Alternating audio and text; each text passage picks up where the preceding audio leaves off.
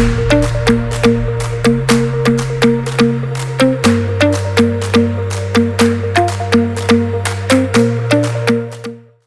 everyone, it's so good to see all of you. My name is Dr. Mandy Dell, and I am a doctor in clinical nutrition, and I am the founder of IC Healer. I was diagnosed with interstitial cystitis probably over 15 years ago, and I was baffled by how I was being treated medically and how no one could figure out what was wrong with me. And so I decided to deep dive into my own health and try to figure out how to put my condition into remission. And I started helping other people with bladder pain syndrome and IC. So I'm here with three wonderful guests today because we are going to talk about, yes, it's the mold, because we know that mold is a very big contributor to bladder pain. So these three different experts have a lot of knowledge and experience in mold, and I'm going to have each of them introduce themselves first so they can help you get to know them and what their background is. Ruth, why don't you begin? Well, it's a delight to be here, and thank you for bringing us all together to discuss this. My area of expertise has been chronic urinary tract infections and interstitial cystitis. As a nurse practitioner, I've worked on this problem for over 40 years, having had interstitial cystitis myself, but I've been symptom-free now for about 35 years. So I think I've learned a few things along the way. And a subset of that population, one of the big contributors to this has been the mycotoxins and the mold exposure, which has contributed to a depressed immune system and added to their urinary symptoms. So that's the piece that I can contribute. And I recently did a talk for a group about the biofilms that mold itself makes. So I think that's another piece of the puzzle that needs to be considered when we're treating and trying to clear people of mold is how do we get the mold out of the biofilms so the body can clear it better? Awesome. Dr. Nathan, would you Hi, well, I'm Neil Nathan. I've been practicing medicine for, oh gosh, 55 years now, I guess. Kind of makes me old. Um, and I have been working with people with complex medical problems for decades, which led me eventually into realizing the role that mold toxicity plays in many of those patients. So I'm kind of recognized as an expert on mold toxicity. I've written a book that people find helpful called Toxic, Heal Your Body from Mold Toxicity, Lyme Disease, and yada, yada, yada, some other things in that. There we go. Thanks, Scott. Um, and I'm happy to share with your audience what we know and maybe tackle some of the controversies that are present in this field. great book. I have the audio version of it. I love it. Scott, introduce yourself, please. So I'm Scott Forsgren. I'm a health coach, consultant, and podcaster. People may know me from betterhealthguy.com, but really this whole thing started with my own journey with Lyme and mold, started over 25 years ago.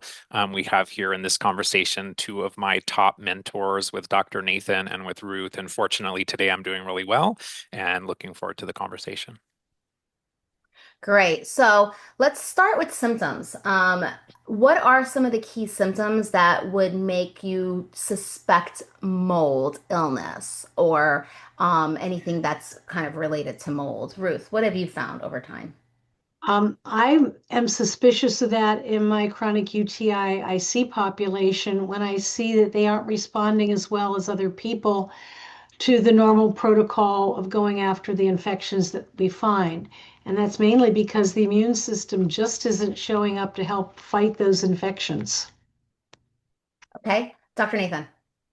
Well, let's talk global, which is the issue with mold toxicity, is that it creates a systemic global inflammatory reaction in the body that can affect every body system. So that one of the confusing parts is that you could have four people in a living in a particular home which has mold in it, and they might have different symptoms.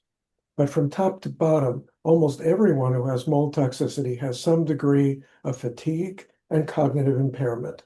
Many have emotional issues such as anxiety, panic, depression, OCD, depersonalization, derealization, which is caused by mold toxin messing with the limbic system, which in turn causes an intense creation of sensitivities to things like light, sound, touch, food, chemicals, smells, EMF, and then visual changes, um, uh, neuropathies of different sorts, palpitations, shortness of breath, air hunger, every type of gastrointestinal symptom that you can think of, gas, bloating, distension, reflux, diarrhea, constipation, abdominal pain. And to echo what Ruth is saying, bladder discomfort, pelvic pain is very common with mold toxicity. So it, when someone has not just pelvic or bladder pain, but a whole host of complicated symptoms, many of them are told by their physicians, well, nobody could have all those symptoms, so this has got to be in your head. Common comment, well, it's not. It's that people aren't aware of the fact that mold toxicity can do it.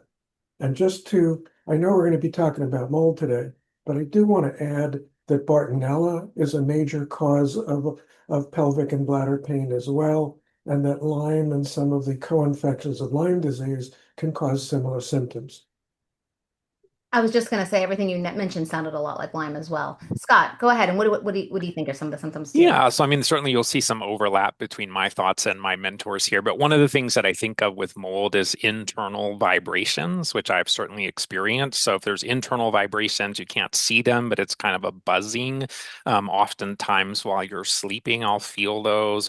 That can also be Bartonella, but I think when you're working with someone that has sensitivity to many things, like Dr. Nathan mentioned, when we're thinking limbic, we're thinking vagal, mast cell issues, where that can be a common trigger for mold to be driving that process. I think if there's more than one person in the home with some unclear presentation, that's another clue for me that maybe the common denominator is the home, maybe mold. And then if people are looking, do their symptoms maybe fit with a diagnosis of mold? There's a great questionnaire that Dr. Krista put together that's on her website. You can answer those questions and that'll kind of give you a score.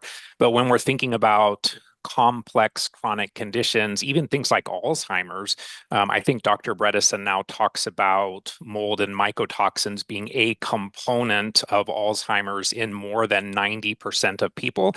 Doesn't mean it's the core causative factor, but it is a component. So I think in any of these complex chronic conditions, it's something that we need to explore deeply early on. Dr. Chris's questionnaire is very helpful. I use that a lot. Anything over 10. It's very easy to get 10. That's what I found. Everyone has it. So, all right. So testing, this is where how this podcast even started, because Ruth and I were talking about testing, and there is definitely a growing disagreement now amongst different experts on urine and blood testing. How do you know it's colonized? What does it mean when urine? I've had it where urine testing didn't show anything at all, and I knew they had mold. They had all the symptoms. It was completely blank. What's going on with that? And then you do a blood test, like, the famous My Myco lab, and you do the antibody test on that one, and then everyone has that. So why is everyone showing a reaction to that? Very confusing. So let's start.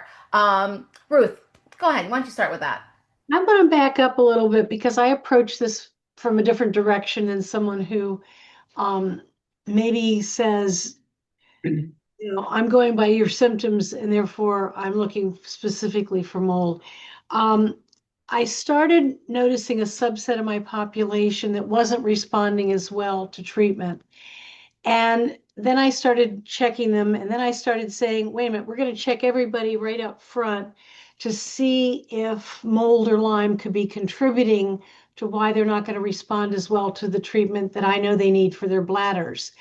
And so there's an old test out there, HNK1 parentheses CD57, that came out years ago for Lyme disease, and then it was sort of fell by the wayside. However, I learned an important thing, that that natural killer cell, CD57, is kind of specific for both Lyme and mold. And so when you run that panel, if that absolute number, which should be around 200, is under 100, I consistently found either Lyme or mold in those people. And then I started running an IgG subclass panel 1 through 4. There is nothing in the literature about this, but my observation is that if the percentage, if I looked at the number that came back and what the top of the reference range was, so that let's say that subclass 2 was in the 20th percentile and the other subclasses were in the 40th or 50th percentile, then I knew it was highly likely that person had a mold problem. And if subclass 3 was depressed, then I consistently found Lyme. And so I used that as a screening test to tell me who was most likely to have a mold or a Lyme problem, and that would be what I would start pursuing first. And many people had both. But at least it gave me a clue that that person's immune function was depressed, and we needed to figure out why. And if it was mold, then that's what we pursued with further testing. So that's sort of my pass it over to the other people on the specific mold tests that they prefer, because I am now consulting and I'm not having a patient load. And there are some new tests that have showed up since I was practicing, so I don't feel qualified to answer that particular question. Well, I will say with that, that's kind of helpful because that's blood chemistry. Before you go into the fancy labs, that's blood chem. You can do that with a basic within a blood chem. Yeah, So and that's insurance covers it. right. And I That's what I was was going to good get to. for an immune problem, because if you're not fighting off infection well, you have an immune system problem. Yeah, I mean, I think a lot of people cost does become prohibitive, and then when I these tests that I mentioned with the urine and all these other fancy tests that are out there, it can add up. So thank you for bringing that up. That was really good information. Dr. Nathan, what do you think about urine and blood tests? Um, while I agree with you both, I don't think those tests are specific enough to make the diagnosis we're looking for. So, like the CD57 could point to either condition. Uh, Right. the there's a bunch of tests out there. For example, Dr. Shoemaker has the CIRS testing, which he calls the Shoemaker markers. They are basically non-specific tests for inflammation. So, yes, it's helpful. That will tell you, yes, we have a problem here, but it doesn't really point you to where the problem's coming from. So Right. I don't find it that useful. The most specific tests are direct tests of, is there mold in this person's body or mold toxin in this person's body? There are 4 labs that measure it: Real Time, Mosaic, Vibrant Health, and MyMyco. What I would say, having done tens of thousands of these, comparing labs from one to another, is that any lab can make the diagnosis. I don't think it's that specific. But for follow-up testing, if you want to follow someone's progress, the only lab that I find useful is real time. You'll get random results from Vibrant and Mosaic and MyMyco. MyMyco can make the diagnosis, but understand it's an immune test. It's not a direct measure of mycotoxin. It measures antibodies to mycotoxins. And so it isn't, we have what's called immune memory. It's the basic issue behind immunizations, so that once the immune system recognizes something it needs to react to, it'll keep making those antibodies for years, long after it's done. So the MyMyco test isn't going to be helpful for follow-up testing. It may help make the diagnosis. I find the real-time test to be the most consistent and accurate of all of those, especially, as I said, for follow-up testing. Occasionally, you will get tests from real-time which are negative when you know that that person has mold toxicity. They're living in mold, they know it, their symptoms fit. That does occur occasionally, but you need to understand that that test measures not just is there mold toxin in you, but how able is their ability to detoxify coming into play to be able to get that toxin out into the urine so it can be measured. So the test doesn't just measure what's in you, it measures your detoxificational ability so that some of my sickest patients have minor, small levels on their first test.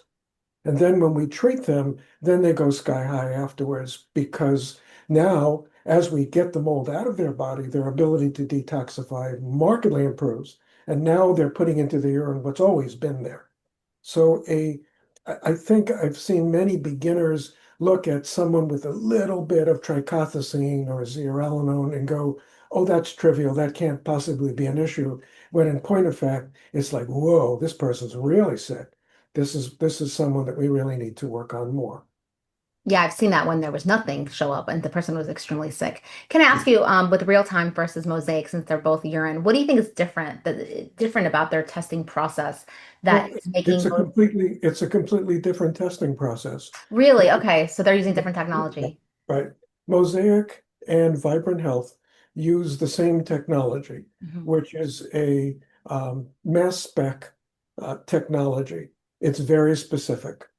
ELISA technology is what's used in real time. And it measures not only the mycotoxins, but the metabolites of the mycotoxins, which is actually very helpful. So you can't compare tests. They're they're not comparable and they'll never be comparable because the way we're measuring them is so different. That's really good information because a lot of people ask me that when they have two tests from two different companies. Okay. Scott. So I also like real time as a go-to. I think Vibrant can also be very helpful. One of the debates in this realm has been that some will suggest that these urine mycotoxin tests are excretion tests, and thus we should expect to or desire to see mycotoxins being excreted from the body. And that is true, but my thought process is, well, if there are high levels of mycotoxins being excreted from the body, where did they come from? They either came from the environment or they came from within the person. So I still do find it very helpful. I think one scenario that I've seen is what Dr. Nathan was talking about, where maybe you suspect mold is an issue. Maybe they've already done environmental testing that supported that, but their urine mycotoxin test is completely clean. So the direct testing is not working very well in that scenario. That may be a good case for doing the more indirect testing, looking at the mycotoxin antibodies. Because if you need to find something to document the idea of mold illness being an issue so that that person then starts to get on board and exploring things and moving it forward, that could then be helpful in that kind of scenario. And I think my last point, I think that one of the more challenging areas in this realm where we still need better testing is in whether or not colonization is happening for a given person. I think that's largely a process of exclusion at this point. There are some tests like the organic acid, but they don't seem to be consistently black and white. And so I'm hoping that that's an area where we see some better testing coming forward. But I also like real time and vibrant. Very good information. Thank you. All I right. I could want to go ahead. Go ahead, Ruth. Yeah. say I could address the usefulness of microgen testing for documenting mold in a person's sinuses or lungs. It's not going to necessarily find it in other places, but if someone has sinus issues or they have a productive cough, particularly in the morning, that sinus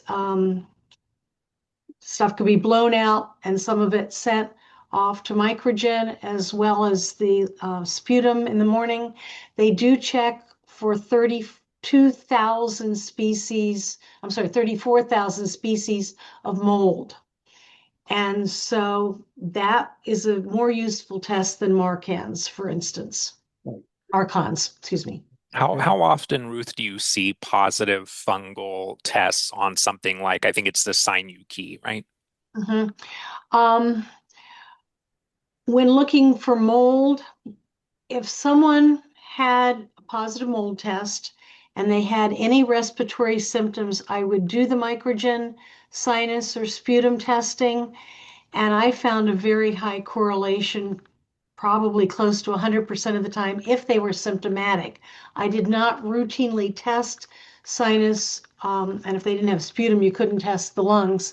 I didn't routinely test that on every mold patient. Only if they were symptomatic in those two areas, then I would do the microgen testing for those fungi. Great.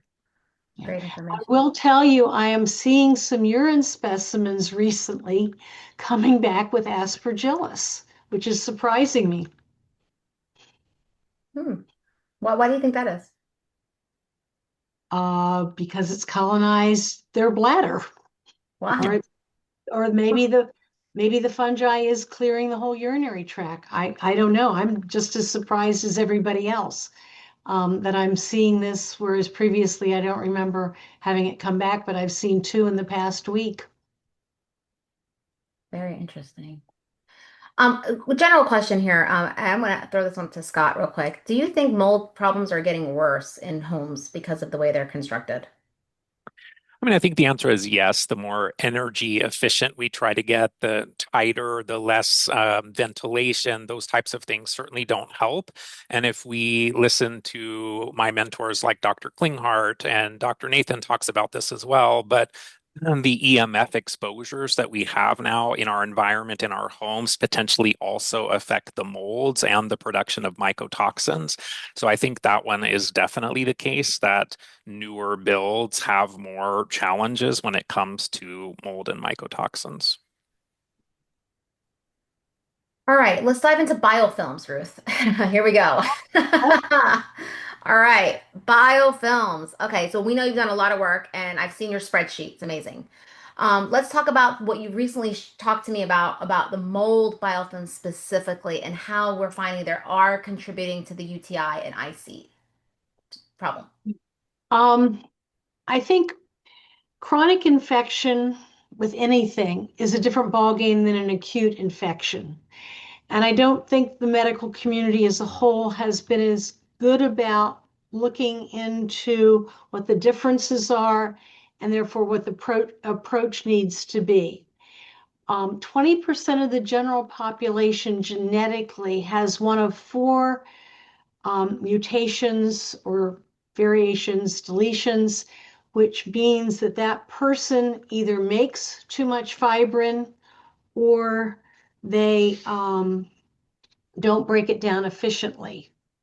If you have mold toxins, molds put out a number of pro-inflammatory cytokines, which Dr. Nathan was referring to with the overall inflammatory picture. And those inflammatory cytokines, well, we learned a little bit about that with COVID because of cytokine storms that people had that triggered coagulation events. Well, these pro-inflammatory cytokines start pushing the intrinsic coagulation pathway, and the end result of that is more fibrin production. And that fibrin goes into biofilm. So automatically, I know the people who have that genetic profile are going to wall off any infection, including mold, in biofilms to a greater extent than the other 80% of the population that doesn't have those genetics. In addition to that, just like some bacteria make their own biofilms, mold is also capable of making the type of biofilm called extracellular DNA.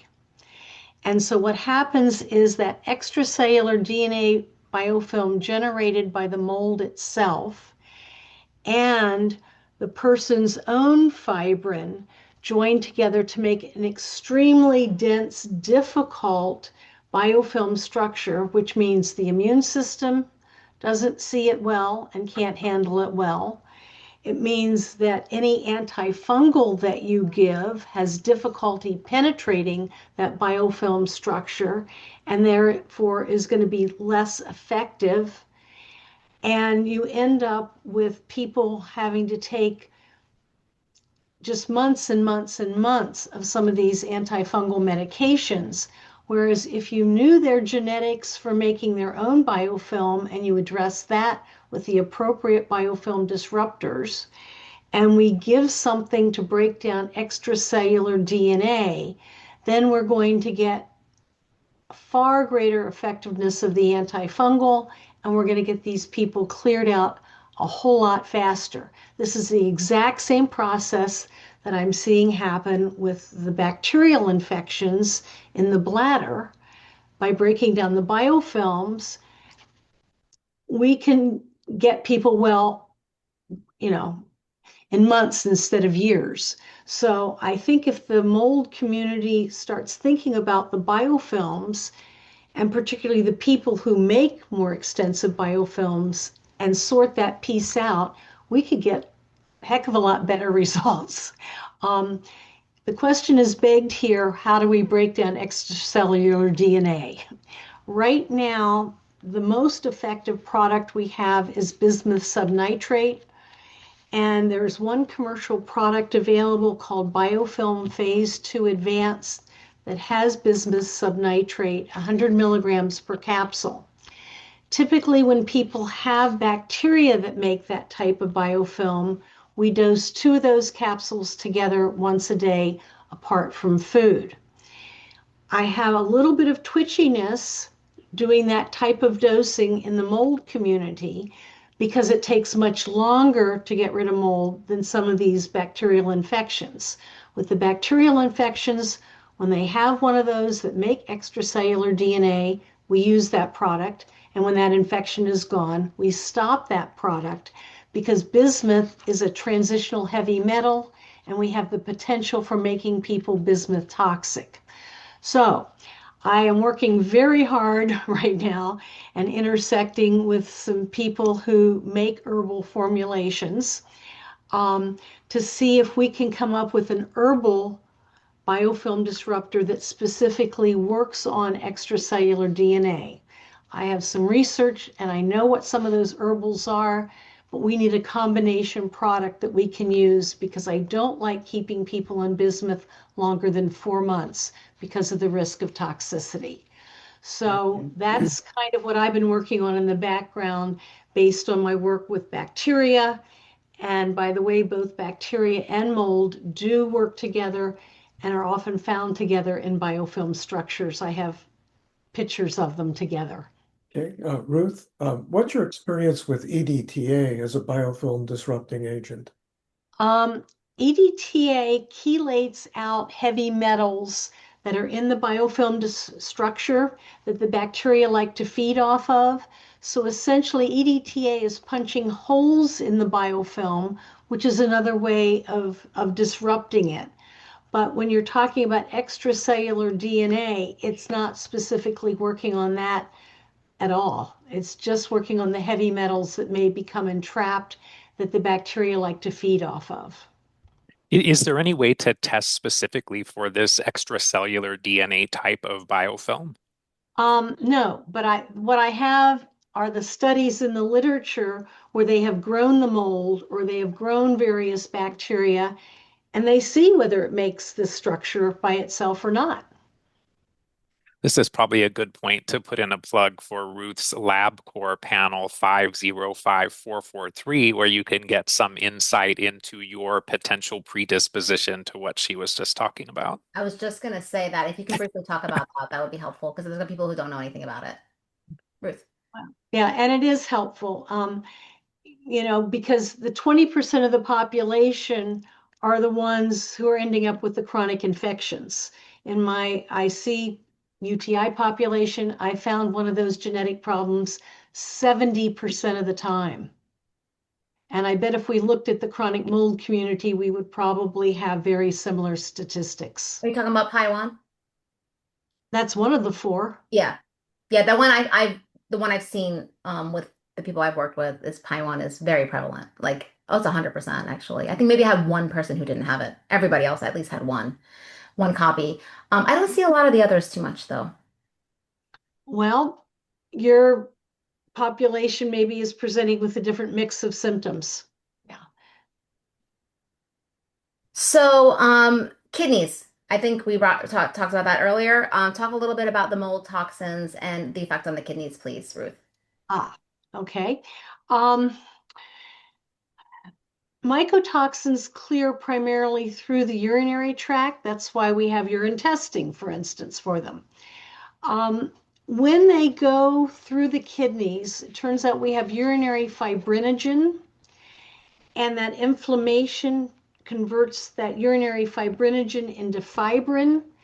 And just like fibrin in the circulatory system starts clogging up the microvasculature, the fibrin in the conversion of urinary fibrinogen to fibrin can start clogging up the glomeruli, the blood flow through the kidneys themselves that are supposed to be doing all the filtration. And I think that that's one of the mechanisms in which this population can start having reduced kidney function.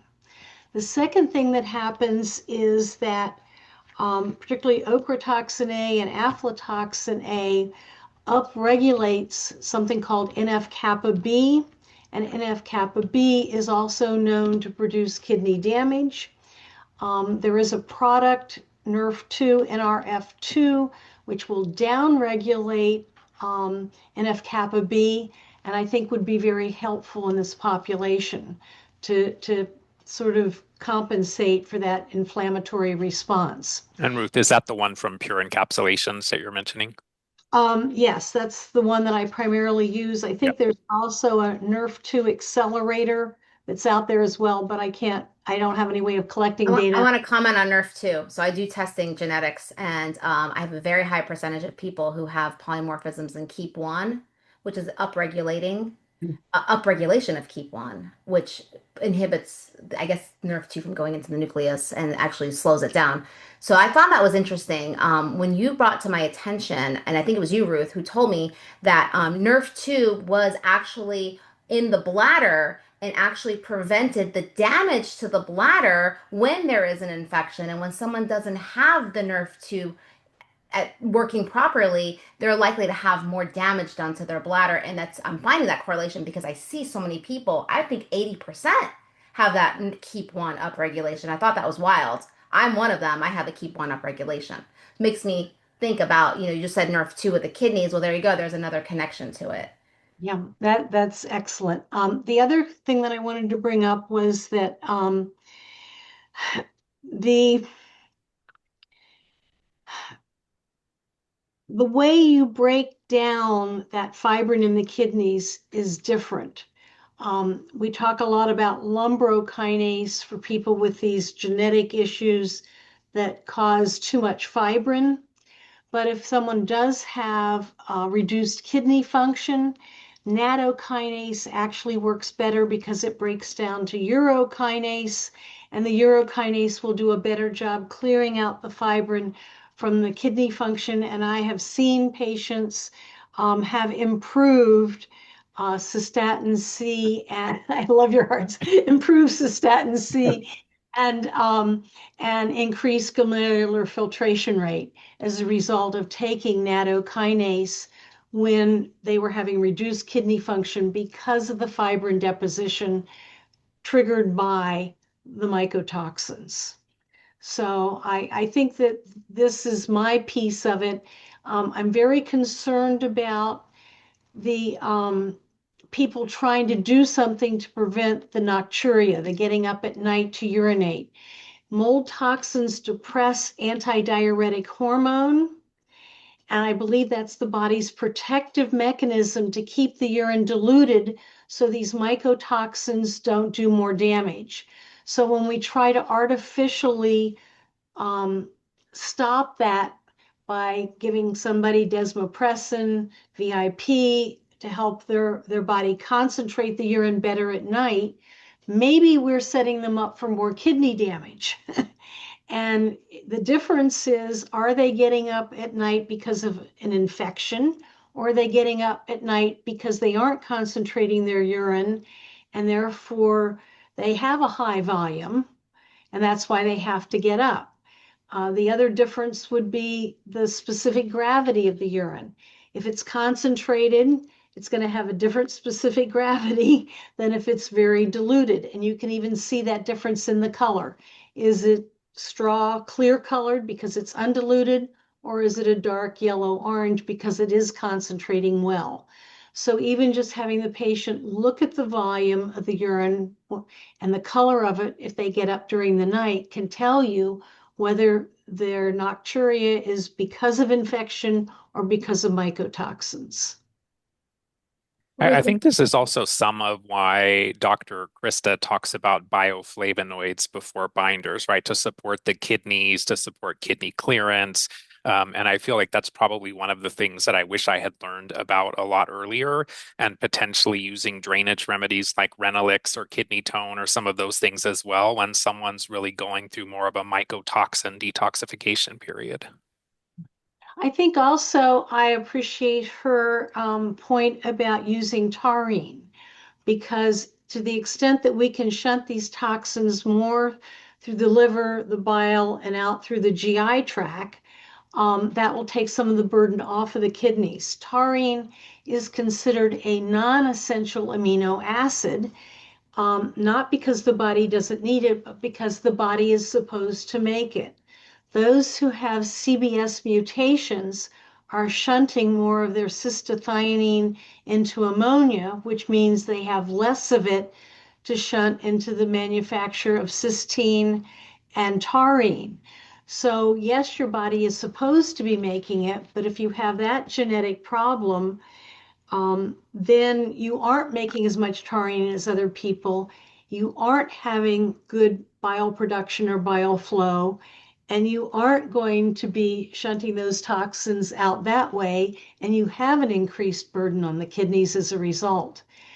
The real down and dirty way of figuring this out, if you don't have Mandy's great genetic testing here, is to simply check the first morning urine pH.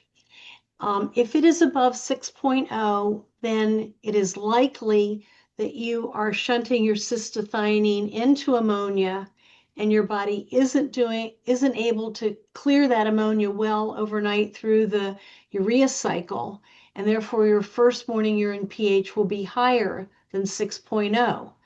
That might be an indicator that you need to supplement more taurine. Well, they'll also say their urine smells too. I mean, people have literally told me this. Their urine smells. I mean, I know it's supposed to have a smell, but they can actually notice as if a distinct ammonia smell to it. Ruth, I feel like we need Zoom to add a pearl reaction for all the pearls that we're getting out of this I know. I don't conversation. even know where you got the hearts from, though. Where did you get that from? I don't see it anymore. All right, so treatment strategies. I think this is really important. So let's end on the treatment strategies, because there's a lot of you talked about, how a lot of the people who have, renal function that's been, compromised, you don't want to jump into doing things that are aggressive. So let's say somebody comes to you and they have all these symptoms, gut, bladder, neurological, and then they have reduced renal function. Where do you start with them? I mean, how do you approach them without throwing them off the cliff? What do you recommend? Ruth. Maybe a doctor. Oh, Ruth. Oh, Okay. Dr. Nathan. See, I've just got the great theory. I'm not currently treating patients. I'm going to punt this one to Dr. Nathan. Yeah, Dr. Nathan. Well, I view, in simple terms, there are three main components to treating mold. The first is the most complicated and difficult, and it is the person has to be in a safe environment. If they're being exposed, one of the few things that everybody in this field agrees on is you can't get well if you're being exposed to mold. There's no compromising with it. That's the reality. So it means that anyone who has this diagnosis needs to look at their home, car, work, places that they spend time, church, relatives' houses, because if you spend 5 minutes in a moldy environment, it can set you back for weeks. So it's just no compromise there. To me, that's step one. If you don't do step one, you can do any elaborate treatment that you want, and it's not going to work very well. So to me, that's essential. Once that's in place, then we can get into taking binders that are specific for the toxins that we find in the urine. One of my reasons for liking urine mycotoxin testing is it tells me which toxins are in that person. And that tells me which binders I can use for which person. And so we now know that if you have a particular mycotoxin, we now know which binders are effective at pulling that out of that person's body. And then we can design that for each person individually. Once that's in place, then we have the tricky piece of, did this person colonize? Now, in my patient population, the vast majority have. And that's because I get referrals from everyone else that's complicated. But if people are lucky, binders alone may fix them if they are also doing some of the work that Scott and Ruth are talking about, meaning getting the kidneys to improve their ability to detoxify, working with biofilm. Those are all an integral part of what we're doing. But if a person has colonized, what you're going to see is they're not going to get better at the same speed that you would expect them to. Their urine mycotoxin tests aren't going to start improving the way you would expect them to. And as Scott mentioned, there are some OAT tests that give a clue that there may be colonization. I would never base the diagnosis of colonization on the test. If it's positive, it's helpful. If it's negative, um, it doesn't help me one bit because many of them have colonized. So if they've colonized, then you need to know where, typically the sinus and gut areas, rarely but occasionally in the lung. And as Ruth is pointing out, and I was not aware of it, Aspergillus in the bladder, sure, it could colonize. I never thought about it before. It's a great thought, Ruth, but gosh, that is indeed possible. So then we need to use antifungals to get rid of what is keeping the mold in the body and making the mycotoxins. So that's a quick overview. I do want to add that mold also makes oxalates. And one other contributing factor to pelvic pain and interstitial cystitis is oxalate issues. So sometimes it's effective in two different ways, in particularly triggering that particular issue. Yes, and then with the gut issue, when they have mold, they also have dysbiosis and leaky gut, and that's going to increase enteric hyperoxaluria, so they're going to absorb more oxalates. And then let's add another component to that. When they have oxidative stress, that's going to upregulate their endogenous production of oxalates. And I know because I'm the oxalate queen over here. I've been screaming oxalates from day one. Some people don't want to hear it. But it is a big problem. And you can see it when you run an organic acid test, although not always, because sometimes they're not excreting it at the time that you're doing the spot urine test. So that becomes frustrating. But I still suspect oxalates even when the oxalates don't show up on the urine anyway. Um, so treatment protocols, you had touched a little bit about it, Dr. Nathan. That there's a discrepancy there. So, there's itraconazole, there's nystatin, there's, fluconazole. Why is there such a discrepancy with how practitioners are treating it pharmaceutically, and how does that compare to the herbals like biocidin, oregano, some of the other commercial over-the-counter herbals? Okay. Well, in my experience, over the years, mold and candida, and keep in mind, candida coexists with mold most of the time. And so most of our patients are going to need to take treatment antifungally for both candida and mold. I would say that's the vast majority of patients. So nystatin and diflucan are great for candida, and they don't do anything for mold. So if you're going to go after mold, you need to use things like itraconazole, amphotericin B, voriconazole. Um, I know my colleague who I uh, teach with, Jill Christa, who was one of my dearest friends. Jill has a whole naturopathic view of it. In my experience, um, the candida and the mold have gotten more and more resistant to those things over time, and we need heavier and heavier guns to get it out of the body than we used to. So, I mean, 30 years ago, you could use um, uh, berberine, um, garlic, caprylic acid. It worked great. Not so much anymore in my experience. You just need to use a heavier gun than we had available. Um, in our experience, I know some people don't even believe that colonization exists. I'm sorry about that because they're missing treating people who've colonized. And that means that those folks aren't going to get well until we actually address that. So I know there's several well-known people out there who deny the existence of colonization and that it doesn't need to be treated. But I have had thousands of people where if I didn't give them antifungals, they would not have gotten better. Yeah.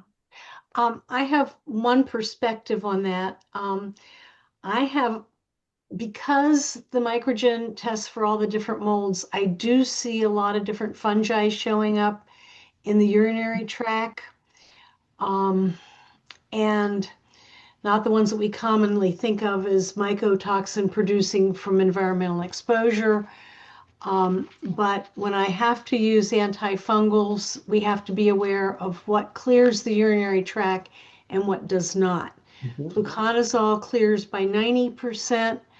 Voriconazole only clears 40%. Itraconazole only clears 13%. And so I end up, when I find those various molds in the urinary tract, using bladder installations with compounded antifungals.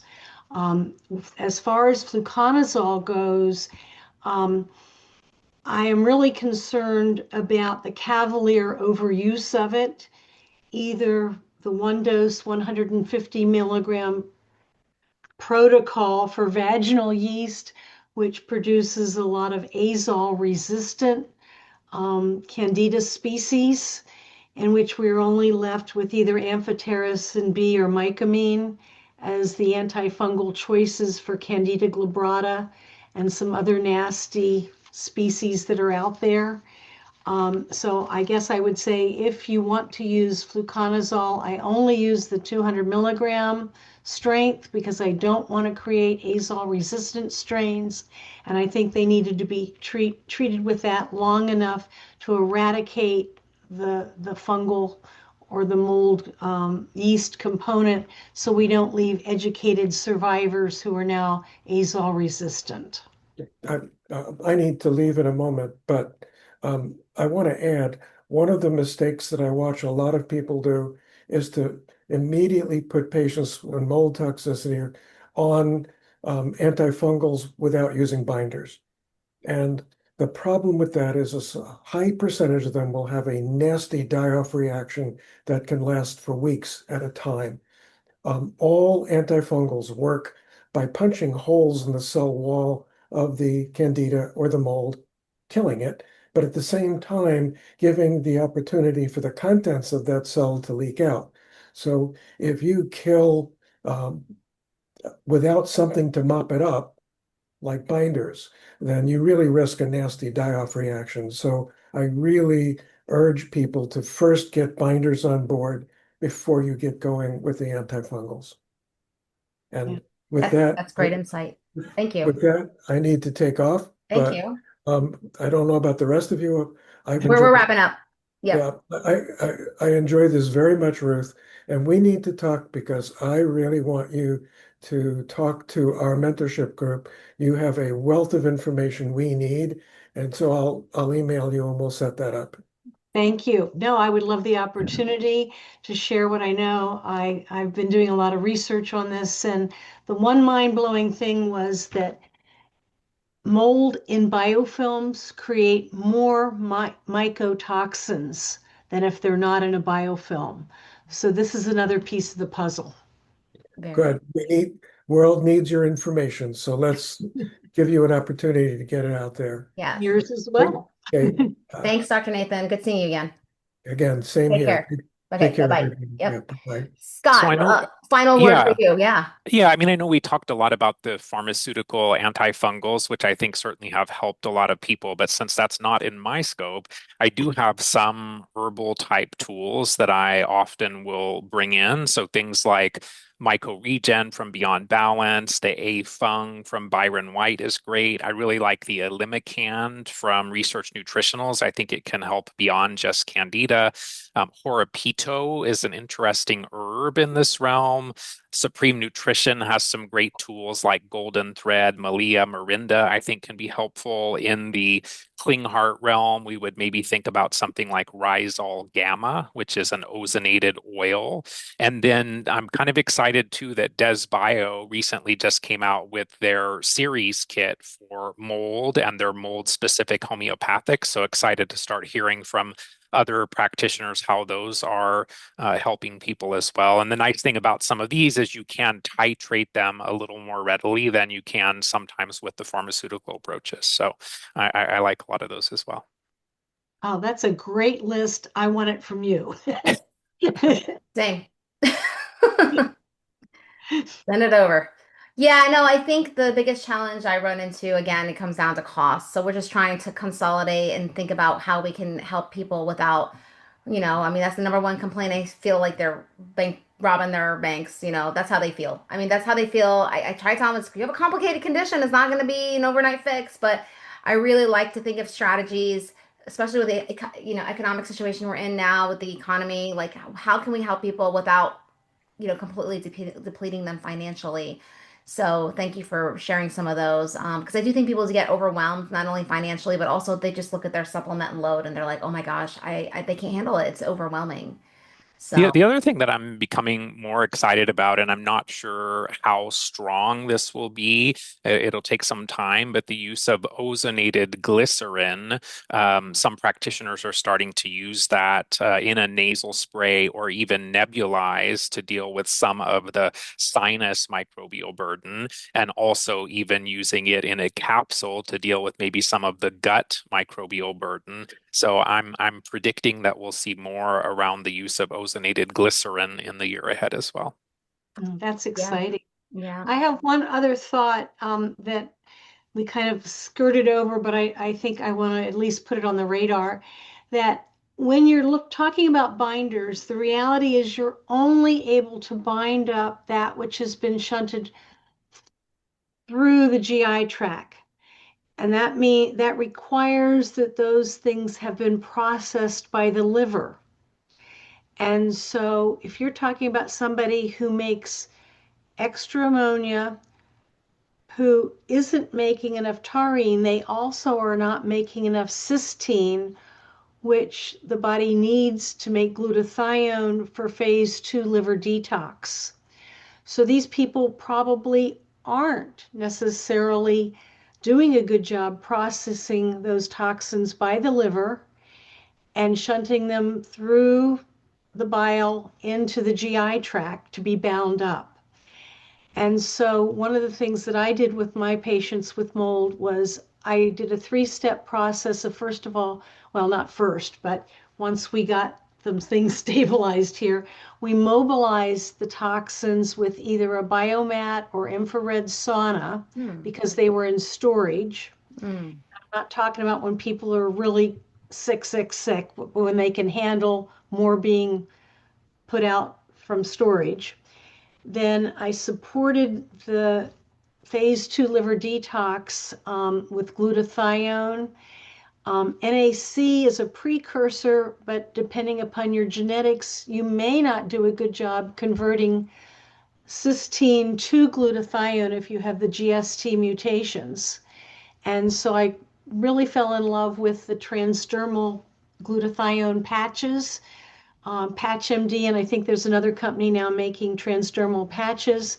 And those are more physiologic because they provide glutathione over an 8-hour period of time, and it doesn't require taking a product that either tastes bad or has to be refrigerated. Well, one more point. I actually met with the owner of Aura Wellness, Dr. Patel, and he did a bunch of studies on the glutathione orally. Actually breaks down into cysteine in the body. Right.